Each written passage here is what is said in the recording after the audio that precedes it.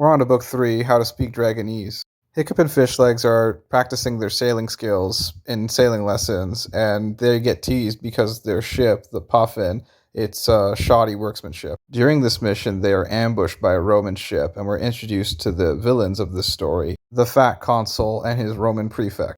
The Fat Consul wants to ambush Burke, and he is sailing in violation of Burke's seas.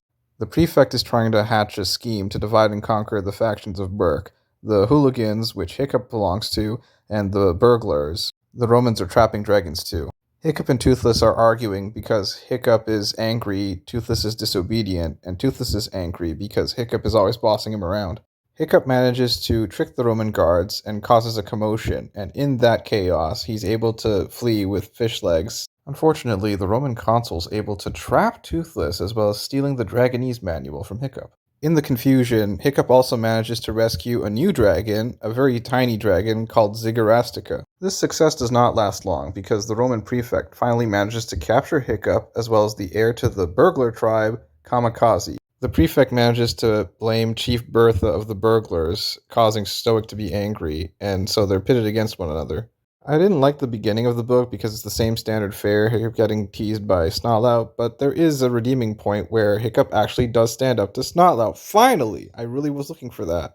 I like the fight between Hiccup and Toothless. It feels natural and uncontrived, and I like how they make up later, and it's good to get those negative emotions out of you.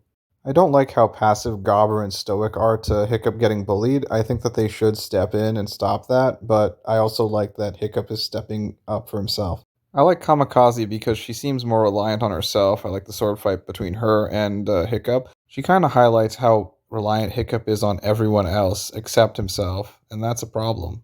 I like the character consistency of Stoic. He can be a bit dense and hard-headed at times. He doesn't listen to Hiccup, but he does trust and love Hiccup too. All I'll say about the climax is that I like Fort Sinister, I like the Colosseum, and I like the new dragons, the Sharkworms. I dislike Snotlout in this story. He's just such a punk. He steals valor from Hiccup. The way this is going, Snotlout will either commit sedition or he'll become a traitor. The theme seems to be about joint forces, how powerful joining forces can be.